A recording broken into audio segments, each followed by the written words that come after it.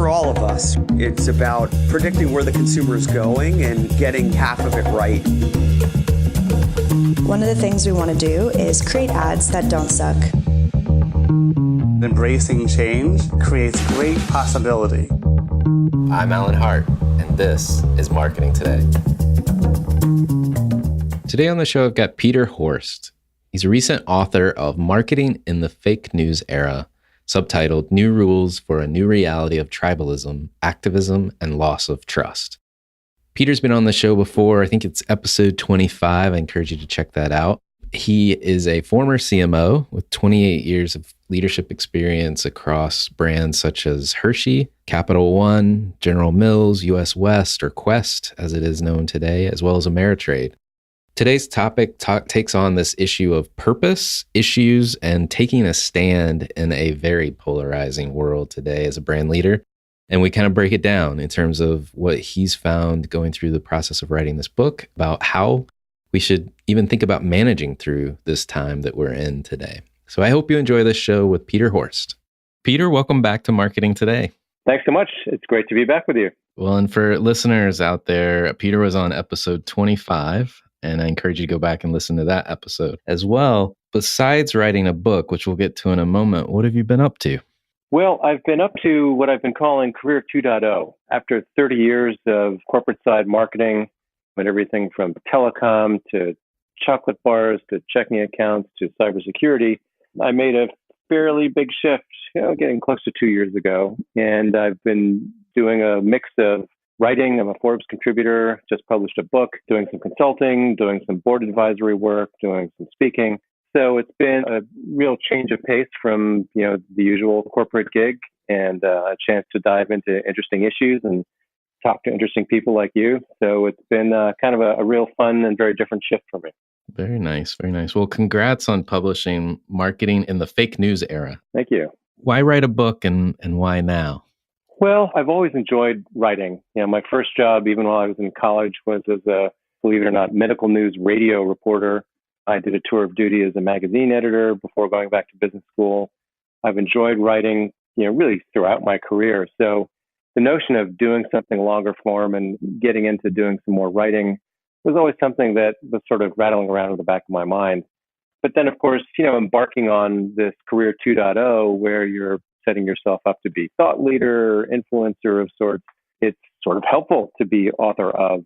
And it just felt like an appropriate part of this next step to have sort of planted my flag with one hunk of thinking and have that be a cornerstone. And as I say, it was something that was always a bit of an objective. So it was nice to be able to get the chance to do that. Well, it's an important topic that you're highlighting with the book. I was recently at a dinner with other marketing executives, and in particular, there was this one person who I will continue to keep their anonymity, but from a CPG brand, really wanting to try to maintain their cultural relevance. And it's a brand that, if people knew who it was, they've done some really great work in that area, taking stands on different issues and things like that. But I think they're, like many brand owners or leaders today, a little gun shy in the current landscape. So I wondered how you thought about the current landscape. It seems so polarizing right now. Well, it's interesting that you say that. This topic for the book came out of a speech I gave about a year and a half ago. And as I was gathering perspectives, talking to different CMOs for the topic, a number of them said, this is a really interesting topic. It's really important. I can't wait to hear what you hear from others. Just don't mention my name. Don't bring me into this. So it is a topic that's fraught with concern, whether it's, I don't want to get on the president's radar screen and end up in one of his tweets, or I'm afraid of stepping on a landmine if I engage in the wrong issue or engage in the right issue the wrong way, or if I don't engage in an issue that people expect me to. So it is fraught with tension, fraught with peril and concern. And it was sort of that aha that said, wow, everybody's worried about it, but everyone's afraid and not talking about it, that led me to write the book. And I think this atmosphere is really the result of kind of a perfect storm of a bunch of forces that are creating a really challenging environment for brands. And you mentioned polarization, right? The country is deeply polarized across any number of spectrums, whether it's political, socioeconomic, urban, rural. conservative, liberal. The middle has just fallen away. And along with that, there's been this loss of trust, massive drop in trust in every public institution, from government to media to business to even NGOs, along with a rise in fear. People are feeling the system is broken. It's not working for me. I'm worried about my livelihood. I'm worried about North Korea blowing us up. So you've got this really sort of churning, high emotion atmosphere. And then you layer on a new expectation that consumers have of brands to get engaged and be part of the solution. So they're looking around, they're saying, the world's busted. I don't believe government's going to ever get around to fixing it. So, okay, corporate America, step up, step in, make things better, play a role that you haven't typically played. So on the one hand, that's a great opportunity for brands to make a difference in the world and to actually engage with customers in a deeper, more resonant way. But with that opportunity comes greater risk that we touched on earlier. You can step into an issue and alienate people who don't agree with you, or you can make an attempt to step into an issue in a positive way and get it completely wrong. And probably the poster child for that is the Pepsi Kendall Jenner ad, where she stopped a riot with a can of soda. So you've got these sort of high stakes, you've got these expectations, and you've got consumers who are highly energized, more politically active than ever. Right? There are more people than ever who are engaging in activist activities, protests of one kind or another. Social media makes it really easy. Delete that app, hashtag boycott that brand. So, brands are now sort of in the crosshairs in a way that they really never have been before. Well, the way, in the book, you talk a lot about, taking this stand is almost, let's say, maybe the last step you do. And you really talk about trying to understand your core brand positioning first, I believe. Tell us more about that. Like, I think I agree. You can't, before you take a stand, you need to make sure, I think you used the phrase, walk the walk. Right. Yeah, this is one where, wherever and however a brand decides to step into an issue of some social or political significance, it's really important that they do it in a way where there's a real authentic connection to the brand, to the issue, and that it's not in any way perceived as jumping on a bandwagon or reading the newspaper or the trends to say, hey, here's a hot issue, let's wade in. So as opposed to doing what we typically are trained to do as marketers, which is read the marketplace, this is where you really want to start by looking internally with a really introspective process to say, what are our core values? What is it about our motivations, our reason for doing what we do that drives us? What are those issues that we would take a stand for, whether or not we plan to proactively lean in and make statements or be a little bit more recessive? But if called out, what would we stand up for? And that could be anything related to, if there's a founder, what the leaders sort of, what fire they have in their belly, the associates, customers, whatever those meaningful issues are, start with that and connect it to, yes, what is the brand about? Because if there's, an important issue out there that society cares about, but it has nothing to do with your brand and its purpose and its positioning, then that's valuable, kind of more classic CSR stuff. But it's really not what we're talking about. It's sort of finding that integration of what is meaningful and true about the brand, what is important to society. And then very critically, you have to layer in, where do you have permission to go? Because there are some issues where your voice may just not be welcome. You may not be seen as having the credibility, the bona fides, so to speak, to weigh into this. So that's a very important third consideration before you start engaging in any of these issues, so that it really flows very organically and authentically from the brand, the values, and the positioning. Right. You talked about, really trying to understand your core fundamentals, right? Whether it comes from a founder, your customers, your employee base. I think that's a great place to start. Are there any tips or suggestions you'd give marketers as they start to ask these questions of themselves or start down this path of figuring it out? Sure. If there's a founder still there, talk to them. What was that spark that got them going? If not, take yourself back to the origins of the company. What was the motivation? What was the passion that drove it? The P.O. Shunker of Samsung tells a great story about after the disaster of the exploding cell phones, they had to really rebuild the brand. And he dug way back to the founding of the company by talking to company veterans And this notion of doing the impossible was sort of a central part of what that company was founded on. So it can be about origins, talk to leaders, talk to associates, look at the nature of your business, right? If you're a chocolate company and you have cocoa beans coming from farms in Africa, the issue of child labor might be something that you want to be conscious of, or at the very least prepared to deal with, because it's connected to your supply chain and your business and where people might either come at you or expect you to weigh in. Look around the people, the constituents, the nature of your business, and the nature of your customers. Planned Parenthood, they were looking at their constituents, their customers, so to speak. One of their core issues was lack of affordable transportation, getting to work and, yes, getting to appointments with Planned Parenthood. So the issue of affordable transportation became something central to that brand's sort of mission and cause. So all of those can be good sources to kind of root around in. And, once you've sort of started to gather that, then go through, a vetting process internally again. Do you have everybody on board, your leadership, your board, your customers? Because you don't want people pointing fingers if at some point you get into hot water. You want everybody aligned and supportive and in the same foxhole with you if the going gets tough. Yeah. No, that's a good point. It's a great point. And there's this graph in your book, which I think is brilliant, by the way. Well, thank you. It's very simple, but at the same time, I love how you got this diagram of everything from your head in the sand to, understanding your values, your purpose, how that builds to the issues that are potentially important that you could engage on. And then ultimately, the last thing on the list, it seems in this chart, is taking a position.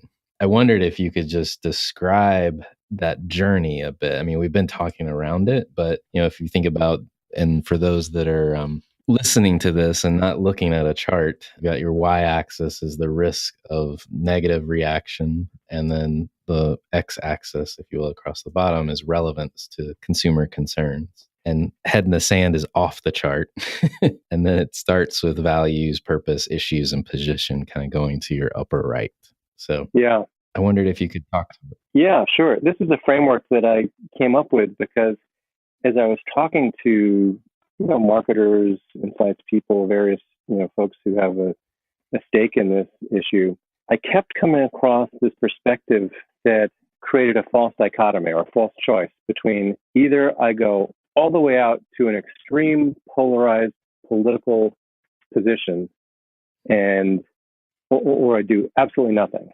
So people would say, hey, I've got a big brand. I can't go on TV and say Trump's an idiot, or I'm against, immigration reform. I'll alienate and enrage half the country. So therefore, I must sit with my fingers in my ears and do nothing and just hope this all goes away. And that was the perceived set of alternatives. So I developed this notion of this risk relevance curve, so to speak, to articulate a more nuanced, graduated set of postures a brand or a company could take that don't represent just those two wild extremes. And, while I would never say there's one answer for everyone, because companies do have different sensitivities, and some can be more bold based on their ownership, their leadership, their customer base. Some need to be a little bit more conservative. But the one thing I would say is that everybody should, at the very least, ground themselves in what I call the first level of values, where you may say, I don't want to engage in the public debate. I don't want to espouse my beliefs, my purpose, my values publicly, but I will go through that process we described before of saying what is important to me and what would I stand up for if that moment came. Because you just don't know, right? You don't necessarily control whether or not you get dragged into the spotlight. And you look at the NFL, when the kneeling phenomenon occurred, they had no response. They had no perspective. There was no collective point of view or set of values that drove them to say, we see this thing happening, and here's what we will do or not do. Here's what we will say based on these values that we have already made clear to ourselves. So they went 18 months with no answer, and Trump took over the narrative and called them weak and rudderless and the players disrespectful. So, that was because they had not, it seems, gone through that process. So every company, regardless of how aggressive or not you want to be, should go through that, assuming that they would get pulled into the spotlight.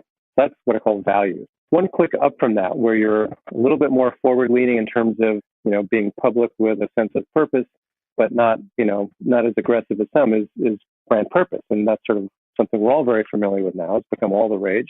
Many brands have jumped on that. And that tends to be a pretty evergreen, positive, and not very polarizing idea, something that tends to be pretty uncontroversial. So Dove has been a poster child for this with championing real beauty.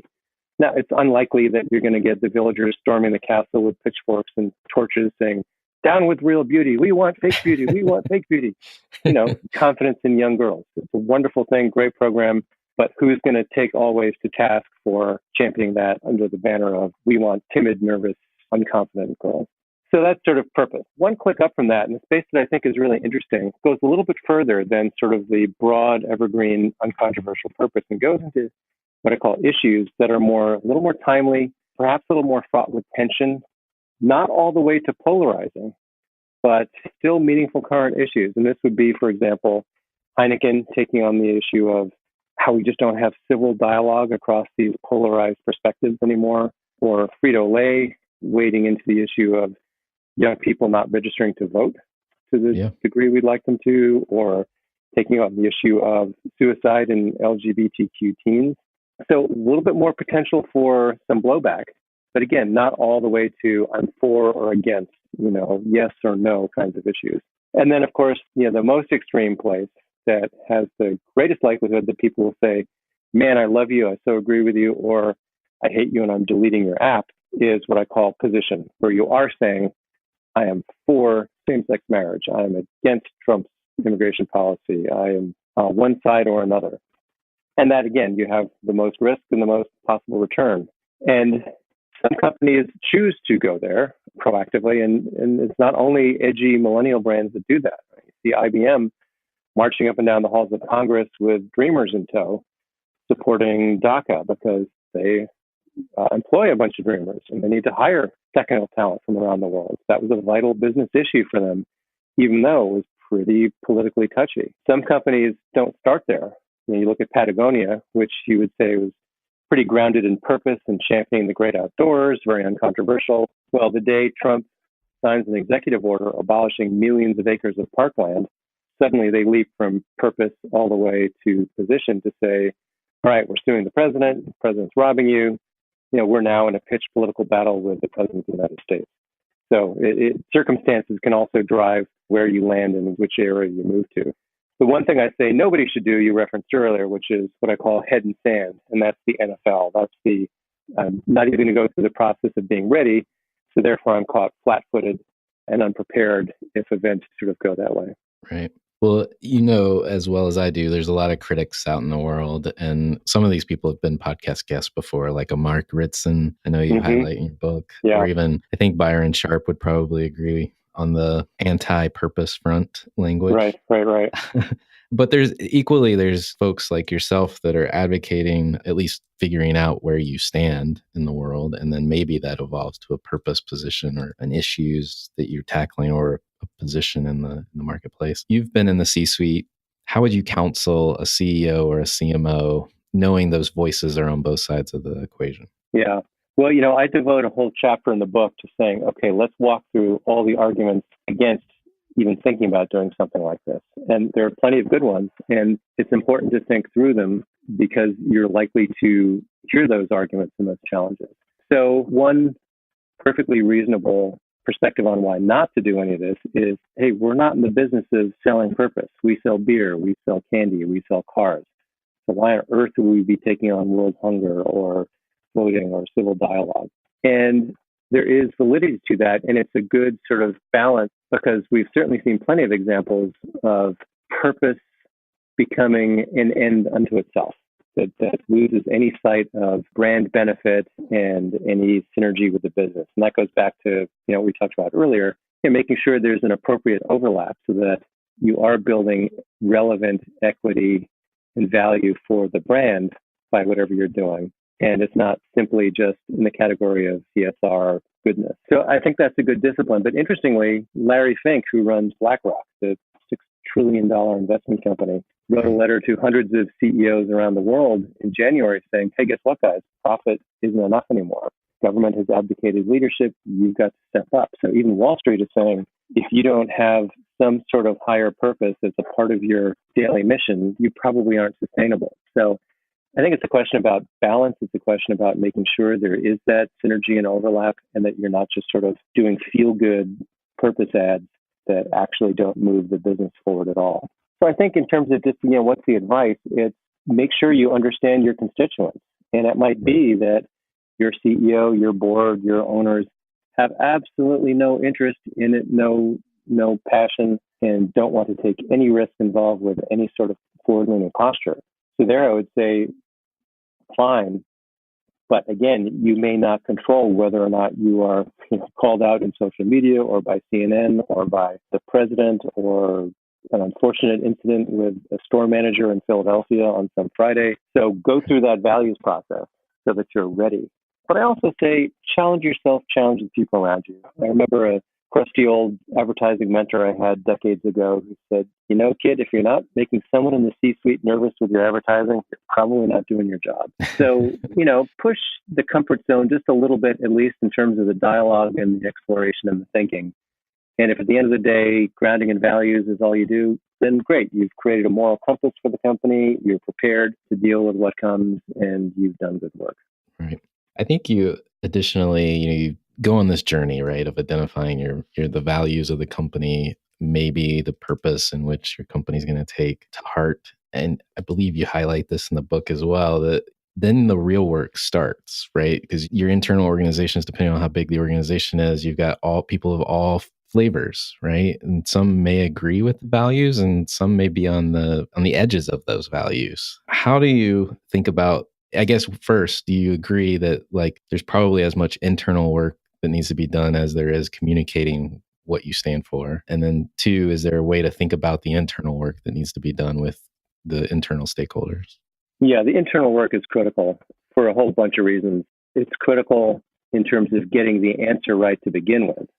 You want to make sure that what you're doing does actually reflect the values of the company and does connect in a resonant way and does provide sort of a moral compass and a North Star and some gravitational pull that makes people feel good about coming to work. I mean, that's a big part of what this provides is more and more, and it's not just starry-eyed millennials. People want to feel as though they're connected to an organization and a group of people and an organizational mission that is bigger than just selling sugar water. So it's important to do that internal listening and vetting and iterating to get it right. Having done that, it's incredibly critical to make sure everybody knows it, understands how it applies to their daily work. Because if it's just a laminated document that HR hands out when you go through orientation, it's not going to have the teeth, and it's not going to have the impact that it should. And you look at that dreadful incident with United Airlines of dragging the bloodied, unconscious doctor off the plane. It's hard to imagine that happening at JetBlue, just because there was such a culture of humanizing air travel and customer bill of rights, regardless of the operational pressure in the moment to get a plane out of the gate. It's hard to picture that culture allowing someone to summon the cops to physically drag someone off the plane. So getting that instilled and a part of the daily dialogue and decision-making, and having employees see management making decisions on the basis of those values, ideally at some cost, is critical. So yes, I agree that internal work is critical, and going through that vetting and going through that education and the reinforcing, and again, it's not just the handing out the materials, but people need to see those values in action. People need to hear them being used as litmus tests for decisions. They need to hear questions being asked about whether people are living up to those values, and celebrating instances where they do in order to make it real. Good. I love that example of JetBlue because I 100% agree. It's just ingrained in their DNA of who they are. And that doesn't happen by accident. No, exactly.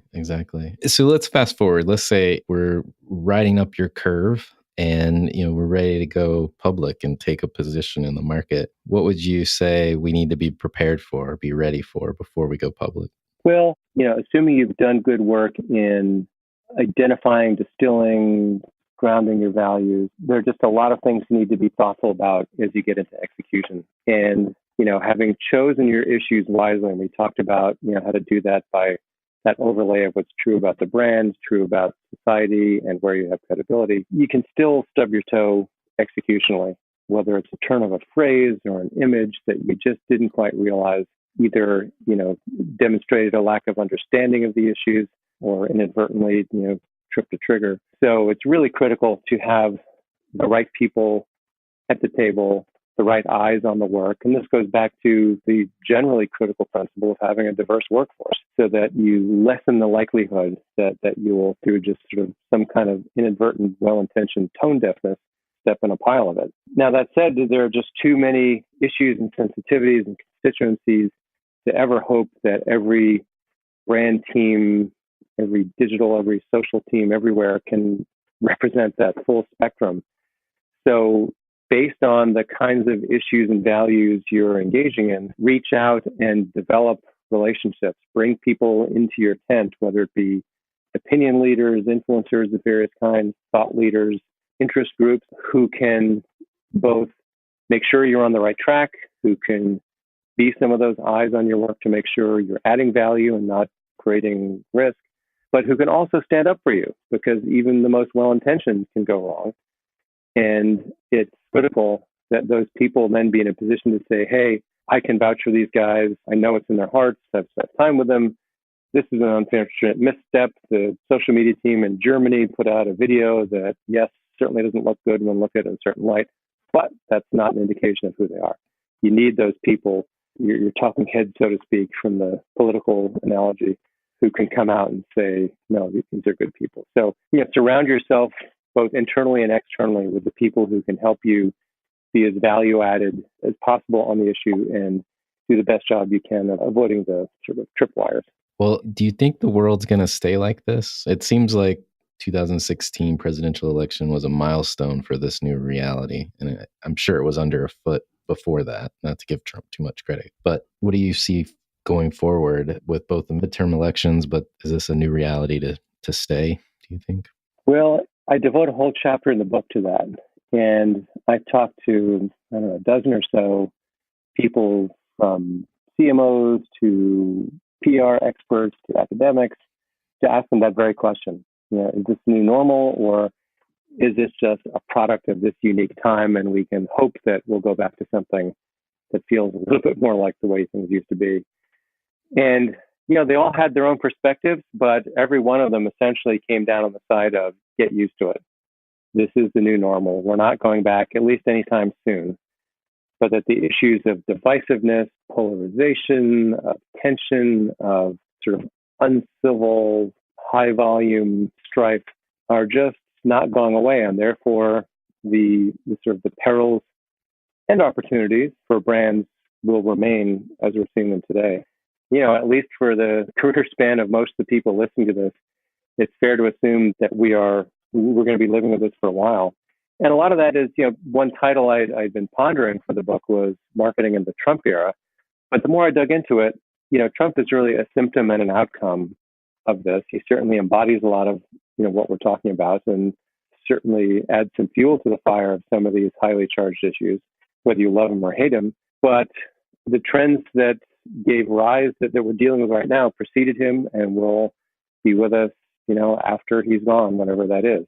So there's really no reason to think that this is going to be going back to some kinder, gentler, cozier environment anytime soon. Right. Well, and it also seems like it's not just a U.S. phenomena. If you add Brexit to the equation as well. Yeah. Right? No, we see the same things all around the world. Yeah. Well, what concerns you most about the future? Oh, man.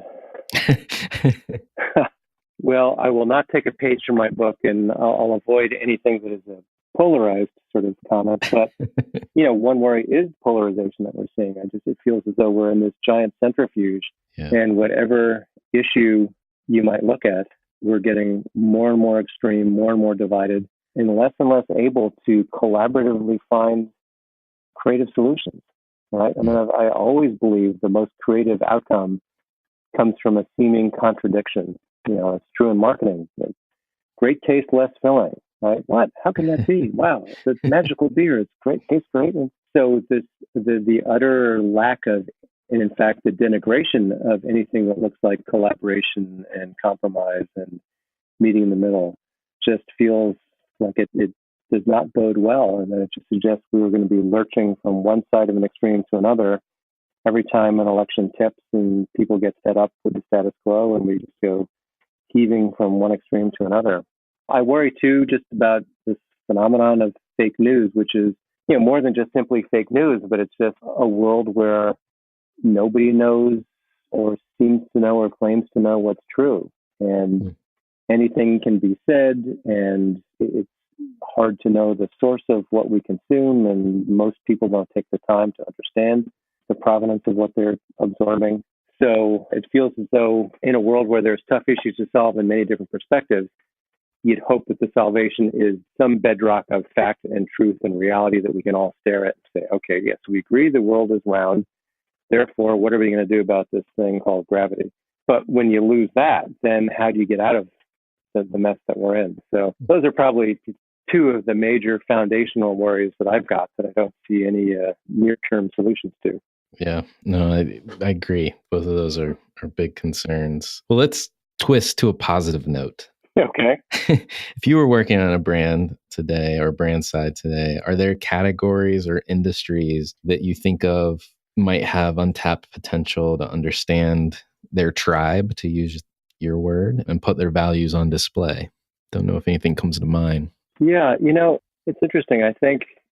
I don't know if it varies so much by industry. Now, there are some industries that, by the nature of the transaction and the relationship, are closer to their consumers, to their tribes. And interestingly, some of those are, for example, the financial, more the hospitality companies who have that sort of one-on-one, which then leads to more data gathering, which leads to a more ready insight into who are these people and what makes them tick, versus, say, a CPG or any company that sells through a third party. You don't have that same kind of direct relationship with the consumer, so you have to work a little harder to get that. But I think really less than industry, it's more mindset. And, even in a world where we have so much data at our disposal, it may not necessarily be the kind of data that really gives you that rich insight you need to engage in the kind of issues and dialogues that we've been talking about. You may know a ton about their consumption of airline travel or chocolate bars or beer, but none of that may tell you anything about the issues that worry them, their concerns about the world. Are they politically active or not? And that's the kind of stuff we're talking about. So I think in this world of algorithms and data and analytics, more and more brand managers need to bring kind of a liberal arts mindset to say, great, if I really want to engage in a more holistic way, I've got to understand outside of my category, whatever that is, and walk in their shoes in a very different way, in a much more immersive kind of way, so I kind of understand their worldview, and then can present my brand in ways that perhaps come through different emotional doors, in ways that are kind of more deeply relevant. So I suspect it's less an industry and more a mindset that pretty much any industry needs to adopt, and particularly those that are heavily into the data analytics might need to very deliberately keep in mind that more liberal arts perspective. Great advice. Great advice. Well, last question for you. Last time you were on the podcast, we went through a number of the things about you personally, what drives you and those types of questions. As I was looking back, there's a question I didn't have at that point in time that I'd love to ask you now, just to kind of get to know you a little bit more behind the scenes. The question is, just to get it out there, is there an experience of your past that defines or makes up who you've become? Interesting question. And how deeply historical and psychological to go with it. As deep or psychological as you like. The couch is out. Yeah. I think I went to college thinking I was going to be a professional horn player. And it was only midway through college that I decided, maybe I don't want to spend the rest of my life thinking about my lips. But so I went in without sort of a professional degree, objective. I didn't go and say, I'm going to be a doctor, or I want to do pre-med or pre-law, or I want to be a computer engineer. So, I did liberal arts. My feeling was, hey, college is for education, and then there's probably graduate school somewhere. But really didn't have the foggiest idea. So I went from thinking I'd be a horn player to thinking I'd be broadcast journalist. And then when I graduated, cycled through this mad series of jobs, first at a talent agency, then as a paralegal, thinking about law school, then as a magazine editor, at the American Management Association before saying, all right, I just need some education, I need some skills, so let me go to business school. But I think something that was pretty formative for me was that magical mystery tour of early careers where I did some writing and content production. I explored the extremes of the very creative world in a talent agency to a wildly cerebral but uncreative world of the law firm. And without realizing, without having these words, I was sort of craving a whole brain activity that was both strategic and analytical and cerebral and creative and innovative and imaginative, but wasn't finding it at any of those places yet. So it was that experience of sort of exploring and testing the various sort of extremes, so to speak, that helped me, have the big forehead slapping aha moment first year of business school when I went to marketing class 101 and said, this is it. This is where you have to roll around in the numbers and then pivot and generate a magical idea that moves hearts and minds. So I think it was that process of roaming around and dipping my toe into these different career areas that helped shape kind of where I went and where I spent 30 years of my life. Well, thank you for sharing that story. That's great. Well, I guess I should say thank you for coming back on the show, and it's been enlightening, and we'll put a link to the book in the show notes. Well, thanks so much, Alan. It was great to be back, and I appreciate the time.